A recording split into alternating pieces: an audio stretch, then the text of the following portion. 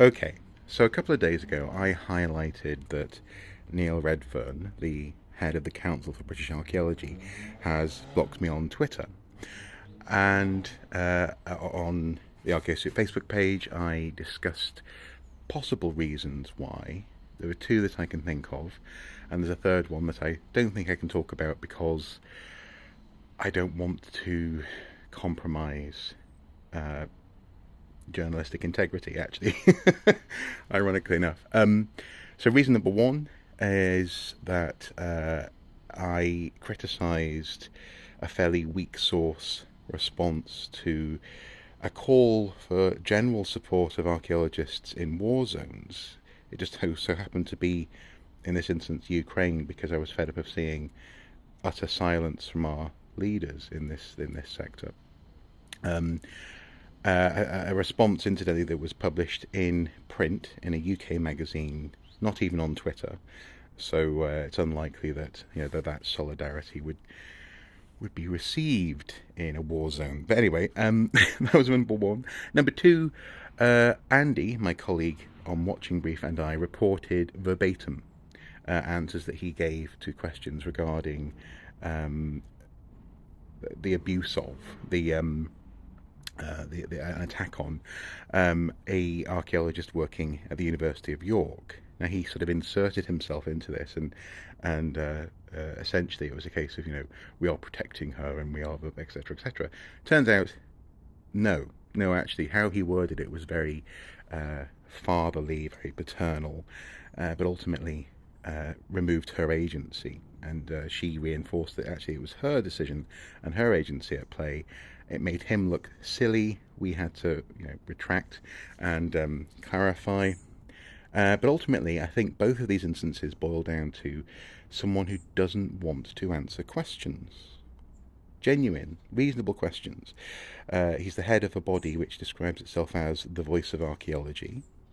And I'll come back to that notion in just a second. And yet doesn't want to field reasonable questions from people in the field who are asking and acting journalistically and asking questions that are of public interest. And the reason why I highlighted this is that this is genuinely weird. It's really, really weird to have a sector, a whole, a whole sector in terms of heritage and archaeology, and in this case, public outreach, run in this way, where the head can just block you for no good reason. I haven't sworn at him, I haven't sent him abuse, I haven't been unreasonable. Neither has my colleague Andy, who's also incidentally been blocked, and yet here we are. Now, I mentioned the voice of archaeology. We've both also, Andy and I, been blocked by something called the Federation of Archaeological Managers and Employers, FAME. I'm gonna live forever. No, they're not that FAME.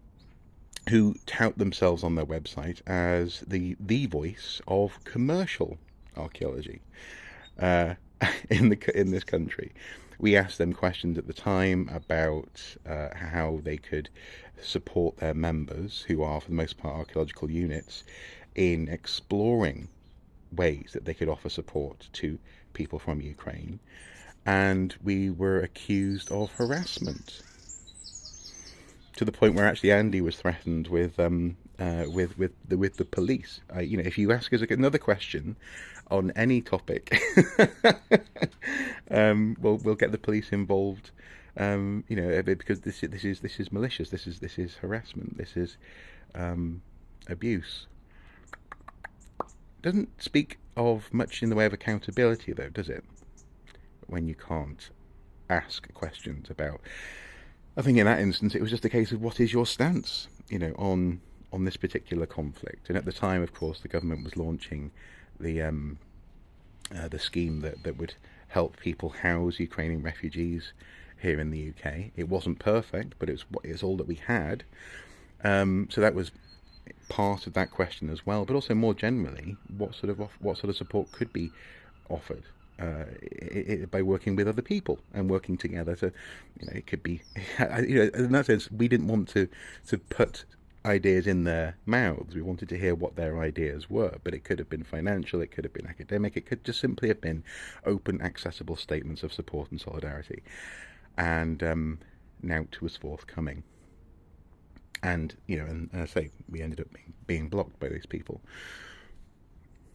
I'm not happy about it. Now, Andy and I want to examine this more closely. Undoubtedly, we will at some point.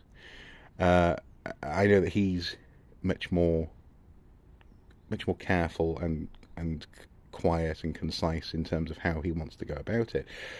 And I'm not going to do anything to compromise our joint efforts on that front.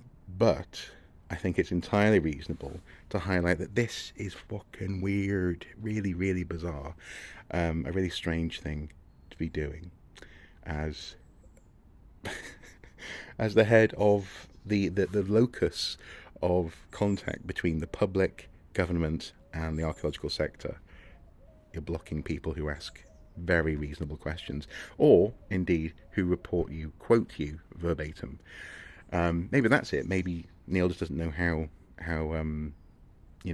questions and answers work in a journalistic context. I don't know. But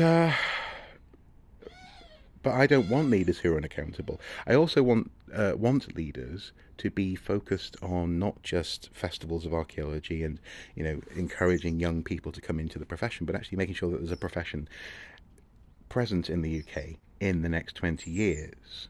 We're still looking down the barrel of likely changes to the polluter pays principle, a post Brexit opportunity to make it so that developers don't have to necessarily fund archaeological digs in places where they're destroying archaeology through the process of development. That's still on the table, taking away those protections.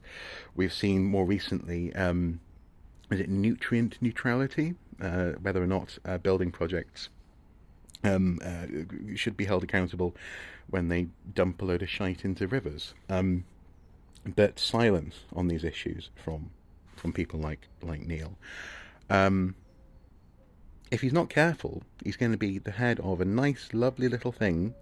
Mother had an apple pie, bring your kids along, have a little dig, that kind of thing. But he's also going to be the head of something that has no broader purpose in society. Because what are we here for, if not to talk about and protect archaeological remains, and to communicate their importance to the general public?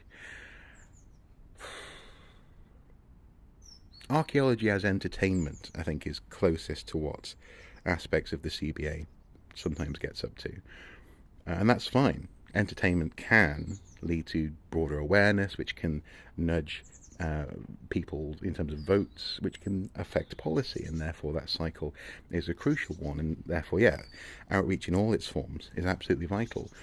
But if you're not taking the back end seriously, these existential questions, who is? Because whenever new voices turn up in this space, they are stomped out because they're either deemed to be not archaeologists, or just because people like Neil don't know them. They're more or less harassed out of the public sphere. And in my case, I guess I've just been blocked. Thankfully, I haven't actually been actively pursued. And by that I mean to say lots of archaeologists suddenly talking about how suspect you are, and so on and so forth. Anyway, we're coming up on a full 10-minute video here. Apologies, but this is all this was about. It wasn't me going, oh no, I'm not being followed by, or I can't follow Neil. It's more a case of, because little secret here, by the way, I can still see his tweets. People can have other accounts and see them. It's not complete and total, the act of blocking, is it? But no, it's more that to do it is genuinely a worrying sign in terms of accountability, accessibility, intent, and competence. Dare I say it? I don't know. I might not publish this. We'll see. I'll review it. Anyway, until next time, take care, guys.